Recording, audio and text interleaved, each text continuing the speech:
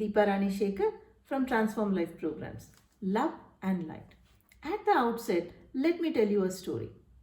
The story is from Mahabharata, just before the war. Krishna, along with Arjuna, was scanning the Kurukshetra, which was going to be the battlefield for the oncoming war. He was there to plan the strategy of how to win the war. And at the same time, there was a lot of activity going on in the Kurukshetra.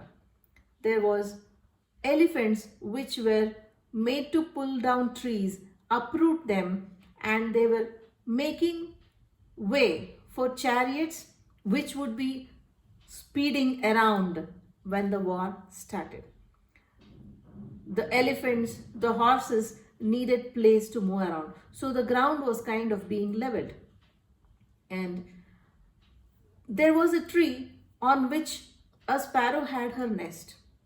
And the fledglings, the sparrow's babies, were too young and unable to fly. So they were in a very, very, very vulnerable state.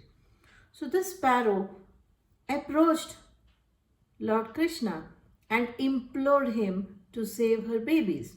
You know, Mother's Day, and I'm talking about the mother's love for the babies and her faith that by praying to the omniscient, she can save her babies. So she prayed to Krishna.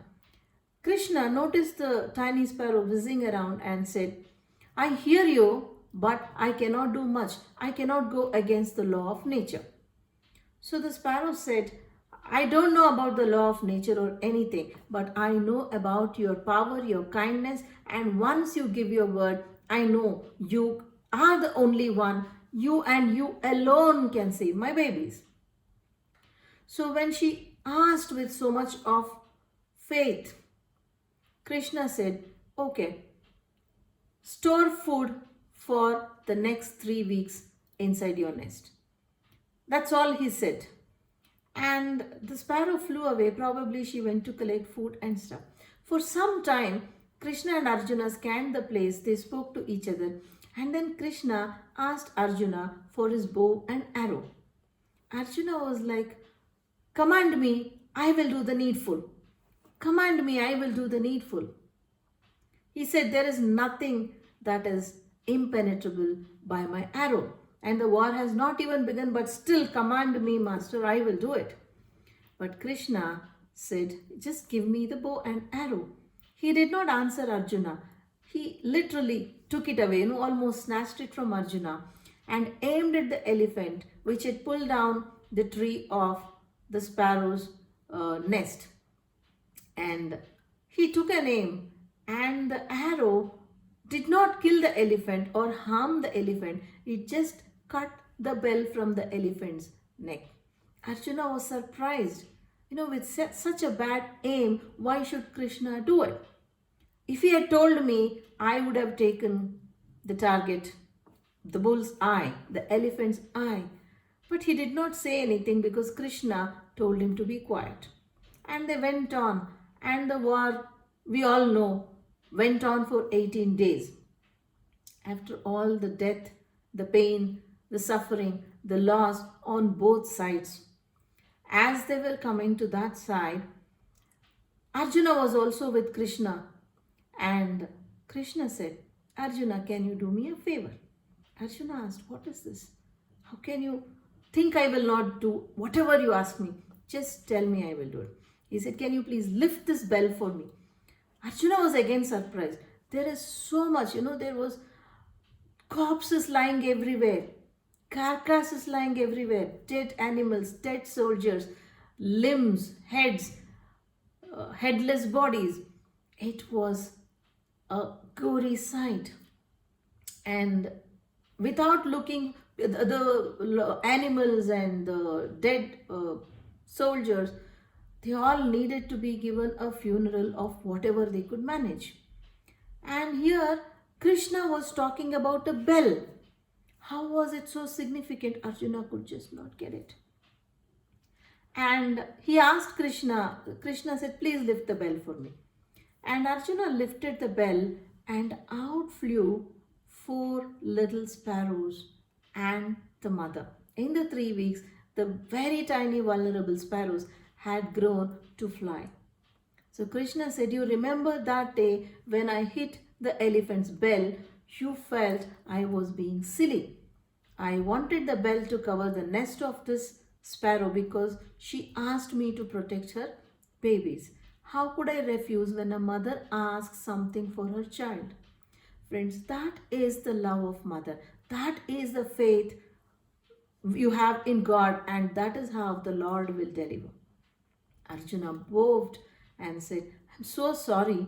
I did not understand you. All that Krishna did was give his classic smile. I'm so sorry I did not understand you. And I was wondering, what is my Lord up to? Krishna again smiled, and Arjuna, in all humility, said, now I get your point. So, friends, in this time where everything, the world is going through a huge roller coaster ride, where is our faith? What are we asking for? What are we not asking for? Somewhere all of us want to go back to normalcy. What was the normalcy we enjoyed? What is the normalcy we are not enjoying? What is this pandemic wanting to teach us? Is it asking us to slow down? Is it asking us to not gloat about our own powers, capacities?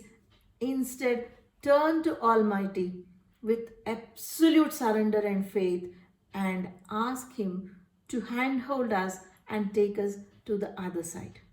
Is this what we are missing? Is this the link that we are missing? What is that we are missing? When He could do it, can't He do this? It is absolutely possible, but where is our faith? How many of us are waiting for the vaccine? How many of us are thinking of how to get over this? How many of us are thinking of the financial loss, the lack of opportunities, the slowing down of the whole society and our lifestyles? How many of us are thinking, okay, I'm safe, I'm alive, that is more than important? How many of us have the faith that we will come through this clear? With or without a vaccine, this pandemic can be defeated or it can die down. Have we asked God for that? As a collective consciousness, have we asked for that? Can we do that? Can you hold your thought of a healthy, happy, abundant world for 17 seconds? That is what the law of attraction says. If you hold a thought for 17 seconds, it's equal to doing 20 hours of physical work. If you can hold the thought that the vaccine has already been found, if you hold it for 17 seconds, it's equal to 20 hours of work in the lab. Not that you do the work, anybody doing the work. If you can hold it for 34 seconds, it's equal to 200 hours of work. If you can hold it for 68 seconds, it is equal to 2000 hours of work. Can we do that so that we sail through this crisis together as a strong team? Can we have the same faith of the mother sparrow and look up to Almighty and ask Him to see that all of us cross over safely? Can we ask Him to give whatever has to be given to us to reach safely to the other side of whatever we are going through? Is it not something we got to think about? So, and if you have a doubt, how does this work? Remember our rishis. All that they did was focus their attention on one thing, the power of focus, the focus of one. And whatever they said took action. They did not do any physical action. They just said it and it just happened. Not that somebody did it also, it just happened.